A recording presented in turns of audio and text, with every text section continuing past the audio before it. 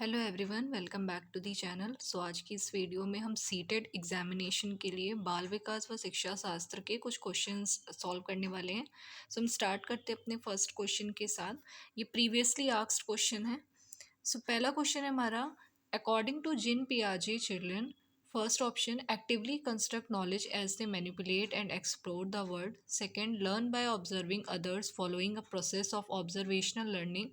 Third, can be conditioned to behave in particular ways by carefully controlled stimulus response association. And the fourth, can be taught to behave and learn in a specific manner using principles of reward and punishment. जैसे कि आपको पता है कि जिन पियाजे ने भी 4 stages बताए हुए हैं, जहाँ पे उन्होंने ये भी बताया कि जो बच्चे हैं वो अपनी नॉलेज का कंस्ट्रक्शन खुद ही करते हैं, एक्टिवली कंस्ट्रक्ट करते हैं, और उन्होंने बच्चों को साइंटिस्ट का फॉर्म दिया है। तो इसके लिए जो आपका करेक्ट ऑप्शन होगा वो होगा ऑप्शन नंबर 1, राइट। अब बात करते हैं सेकंड क्वेश्चन की। There are individual variation in the rate of motor development, yet the sequence of motor development is from dash to dash. Your first option is cephalocaudal to proximodistal, second is proximodistal to cephalocaudal, third gross motor to fine motor, and fourth is fine motor to gross. जैसे आपको पता है कि जो motor development होते हैं basically उसमें 2 term आते हैं, ग्रॉस और फाइन। ग्रॉस जहाँ पे हम अपनी बड़ी मसल्स का यूज़ करते हैं, एंड फाइन मोटर स्किल्स जहाँ पे हम अपनी स्मॉल मसल्स का यूज़ करते हैं, लाइक फिंगर्स वगैरह। तो इसमें मोटर डेवलपमेंट पूछा है, इसलिए जो आपका करेक्ट ऑप्शन होगा वो होगा ऑप्शन नंबर 3, यानी ग्रॉस टू फाइन। सेफेलोकॉर्डल और जो प्रॉक्सिमोडिस्टल है वो डायरेक्शन ऑफ डेवलपमेंट का प्रिंसिपल है, आपने पढ़ा होगा। तो इसके लिए जो आपका करेक्ट ऑप्शन है वो है आपका option number 3। Next question, the period that initiate the transition to adulthood is, first is adolescence, second is middle childhood, third is pre-operational period, and the fourth is end childhood। तो जैसे कि आपको पता है जो adolescence होता है वो चाइल्डहुड और एडल्टहुड के बीच में ट्रांजिशन शो करता है, राइट। तो इसे कहते हैं वह अवधि जो वयस्कता के संक्रमण की पहल करती है, राइट। तो ये आपका जो करेक्ट ऑप्शन है वो है adolescence. Next question. A child argues that Hinz shouldn't steal the drug because he will be caught and sent to jail if he does so. According to Kohlberg, which stage of moral understanding does the child fall under? First option is the instrumental purpose orientation. Second, the social order maintaining orientation. Third, the punishment and obedience orientation. And the fourth is the universal ethical principle orientation.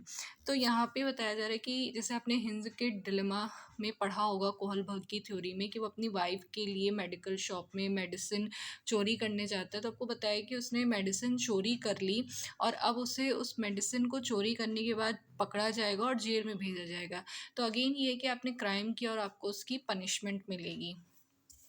तो ये जो आपका stage आएगा ये आएगा the punishment and obedience orientation, यानी दंड एवं आज्ञा पालन अभिविन्यास। Next question, Lev Vygotsky refers to the verbal dialogue that children have with themselves as, यानी कि लेव वाइगोस्की ने जो संवाद बताए थे जिसमें आपका प्राइवेट स्पीच था, इनर स्पीच था, तो उनमें से जो संवाद बच्चे अपने आप से करते हैं उन्हें उन्होंने क्या टर्म दिया था? First option is egocentric speech, second is private speech, third is distorted speech, and the fourth is problematic speech. तो डिसऑर्टेड एंड प्रॉब्लमेटिक स्पीच जैसी बात नहीं की है उन्होंने। ईगोसेंट्रिक स्पीच की बात आपकी पियाजे ने करी थी, तो इसमें लेव वाइगोस्की पूछा है तो उन्होंने उसको बताया था private speech. Next question,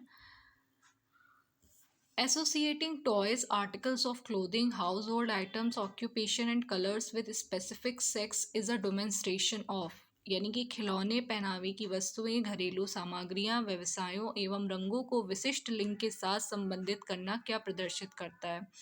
first option is evolve gender identity, second is gender stereotyping, third is gender theory, and the fourth is gender relevance. तो ये क्वेश्चन आपसे जेंडर में पूछा गया है, तो यहाँ बताया गया कि जैसे लड़कियों के लिए घर के काम या किचन वगैरह के जो टॉयज़ होते हैं, लड़कों के लिए क्रिकेट और ये सब, तो जब इसे हम एक विशिष्ट लिंग के साथ पर्टिकुलर डिसाइड कर देते तो उस टर्म को हम बोलते हैं जेंडर रूढ़िवादिता या जेंडर स्टीरियोटाइपिंग, राइट। तो इसका जो करेक्ट ऑप्शन है वो है आपका ऑप्शन नंबर 2।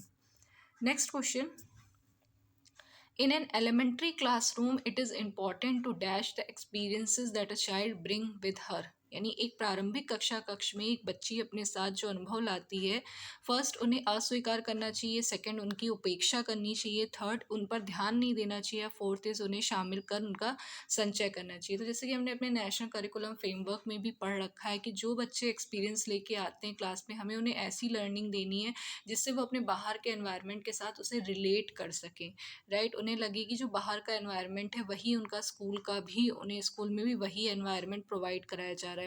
तो हमें इस तरीके के एक्सपीरियंस को बिल्ड ऑन करना है, नेगलेक्ट नहीं करना, इग्नोर नहीं करना और डिनाई नहीं करना, राइट। तो इसमें जो पॉजिटिव टर्म है वो है बिल्ड ऑन।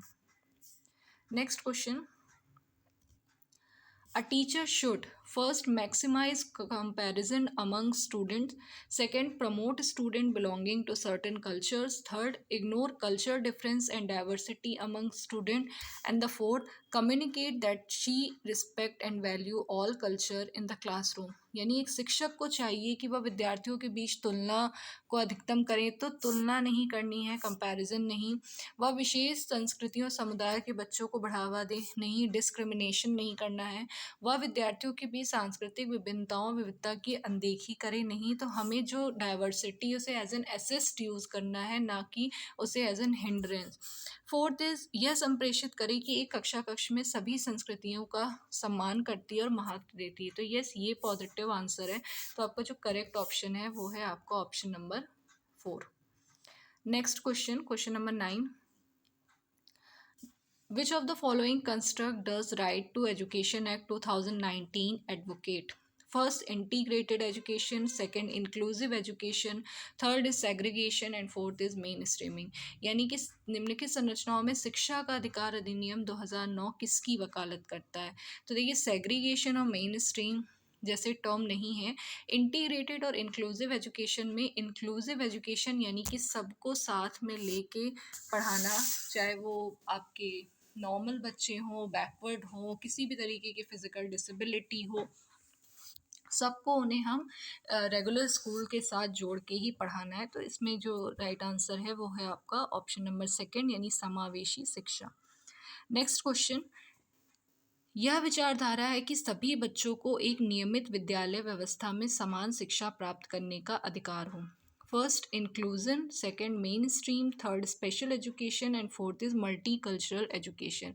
तो इसे कहते हैं समावेशी शिक्षा, यानी जहाँ पे हम सभी तरह के बच्चों को एक नियमित विद्यालय व्यवस्था में समान शिक्षा प्राप्त करने का अधिकार देते हैं। तो इसे हम समावेशी शिक्षा कहते हैं।